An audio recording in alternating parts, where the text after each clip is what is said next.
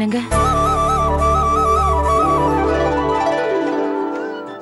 உங்ககிட்ட கொஞ்சம் பேசலாமா?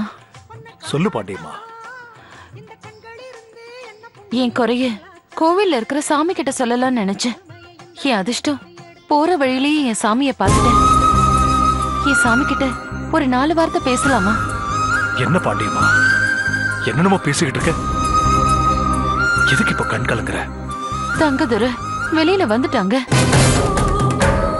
வேல்முருக சொன்னா ரொம்ப வருத்தப்பட்டான்.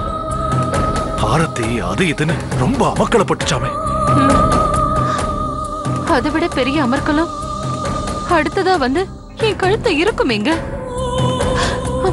தங்கதுரை வெளியில வந்துட்டா எப்ப என் கழுத்துல தாலி ஏறும்னு காஞ்சனா மனுவோட வந்து நின்னா மனசாட்சி இருக்கிறேன்னா என்னங்க பண்றது?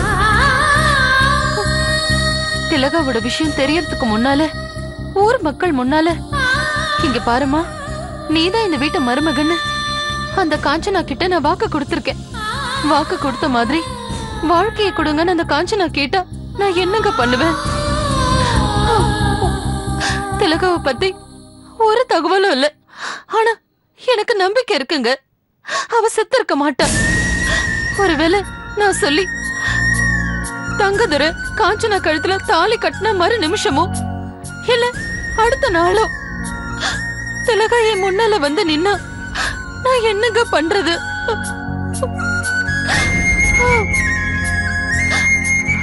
சொல்லுங்க.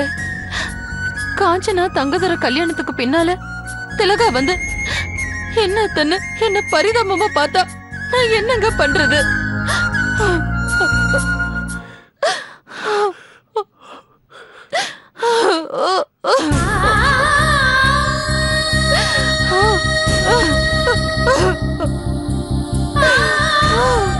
என் வாழ்க்கைய பறிச்சு எவ்வளவு ஒரு காஞ்சனா கையில ஒப்படைச்சிட்டியாத்த.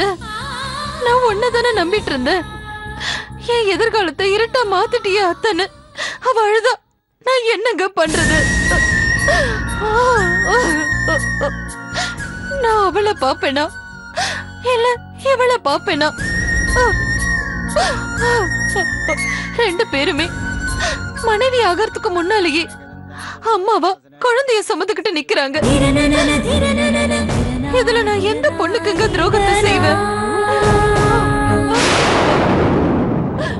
சொல்லுங்க, நான் அவளை பாப்பேனா இல்ல இவளை பாப்பேனா? பாண்டியம்மா நியாயமா பார்த்தா இதுக்காக துக்கப்பட வேண்டியவனும் வெக்கப்பட வேண்டியவனும் அந்த தங்கதுரை. அவ அங்க நிம்மதியா இருக்கா.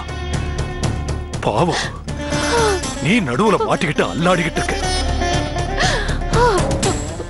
என்ன பண்றதுங்க? சுமை தாங்கிக்கிட்ட கேட்டுக்கிட்டா எல்லாரும் சுமையை ஏத்துறாங்க.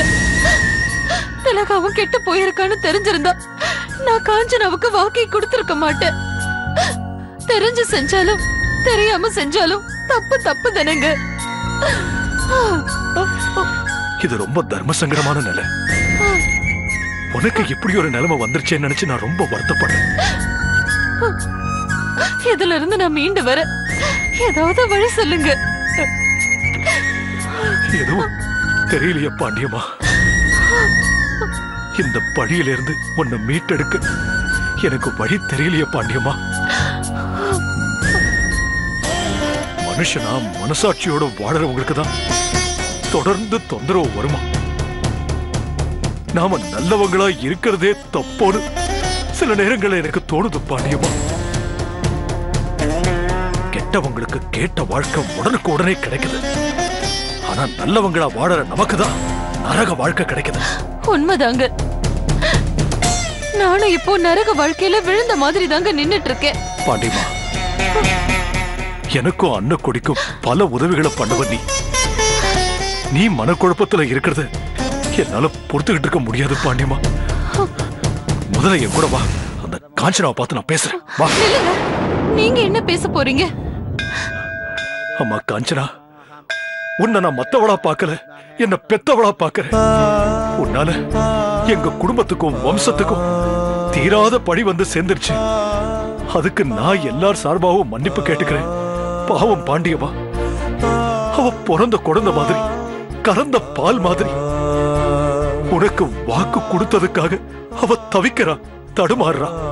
நீ கொஞ்சம் விட்டு கொடுத்தேனா திலகாவும் நல்லா வாழ்வா, பாண்டியம்மாவும் குற்ற உணர்ச்சி இல்லாம வாழ்வா. அதுக்காக உனக்கு எவ்வளவு பணம் வேணுமோ, எவ்வளவு சொத்து வேணுமோ அதை கேட்டு வாங்கிக்கன்னு நானே காஞ்சனா கிட்ட கேக்குறேன், கெஞ்சறேன்.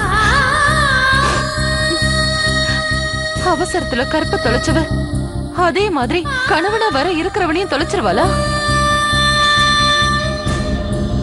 அவகிட்ட நீங்க தானமா கேக்குறது அவ கழுத்துல ஏற போற தாலியே சுலபமா அதை விட்டு தந்துருவாளா? மானம் போனது நேருக்கு நேர் சமன் ஆகணும்னா அவ கழுத்துல தங்கதுர மாங்கல்யத்தை கட்டியே ஆகணும். அந்த மரியாதைய அவ மண்ணுல தள்ளிடுவாளா? அதானே, எல்லாரும் பாண்டியமாவா ஆயிட முடியுமா? உலகத்துக்கு எப்படி ஒரு சூரியனோ, எப்படி ஒரு நிலாவோ, அதே போல உலகத்துக்கும் ஒரே ஒரு பாண்டியமா தான் இருக்க முடியும். இந்த பிரச்சனைக்கு என்னதான் முடிவு வரும் பாண்டியமா? தெரியலங்க. ஆனா நல்லதுதான் நடக்கும்னு என் மனசு சொல்லுது. பாப்போம், தெய்வம் வழிய காட்டுதா இல்ல பழிய கொடுக்குதான்னு பாப்போம். உன் மனச போல எல்லாம் நல்லதே நடக்கும் பாண்டியம்மா, நல்லதே நடக்கும்.